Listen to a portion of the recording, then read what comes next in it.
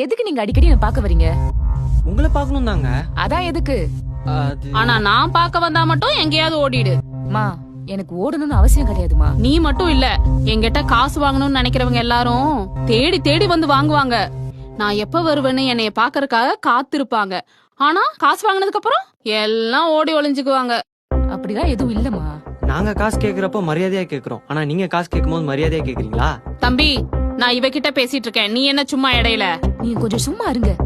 மா, நாளைக்கு உங்களுக்கு வந்து காசை குடுக்கறமா, விடுங்கம்மா. ஒழுக்கமா வீட்ல எடுத்துட்டு வந்து கொடு. நான்லாம் அப்படி அலைஞ்சிட்டு இருக்க முடியாது. சரி, நாளைக்கு நான் வீட்டுக்கு வந்து தரேன். அப்புறம் கண்மணி, ஒரு Dress கடையில வேலை இருக்கு. மாசம் 15,000 சம்பளம். இந்த ஆட்டோவை வித்துட்டு என் கடன் எல்லாம் கட்டிட்டு அங்க போய் வேலைக்கு சேர்ந்துரு.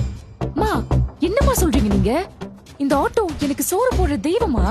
அது மட்டும் இல்லாம என் அப்பாவே இந்த ஆட்டோல இருக்க மாதிரி நான் நம்பிட்டு இருக்கேன். வாழ்க்கையில எந்த கஷ்டம் வந்தாலும் சரி, நான் கண்டிப்பா இந்த ஆட்டோவை விக்கவே மாட்டேன். அப்ப கடைசி வரைக்கும் எனக்கு கடன் கட்டிட்டு எனக்கிலேயே தான் இருக்க போறியா? நீ காசு பணம் சம்பாதிச்சு முன்னேற மாதிரி தெரியல. ஏதாவது பண்ணு. கடைசி வரைக்கும் உங்களுக்கு அடிமையா கீழே இருக்கும்னு நினைக்கிறாங்க. ஏங்க, ஒருத்தங்களை காசு வச்சு மேலே கீழே முடிவு பண்ணக்கூடாது. மனசு வச்சுதான் முடிவு பண்ணணும். உங்க மனசுக்கெல்லாம் நீங்க மேலங்க. சோ இவங்க சொல்றதெல்லாம் புரியுதா? நான் வரேன். ஏ பேக் டாக்ஸி, டீ குடிக்க போலாமா? போலாங்க, வாங்க. இல்ல இல்ல, ஆட்டோல ஏறு. ஆட்டோலியா? ஒரு கட்டாயிச்சு.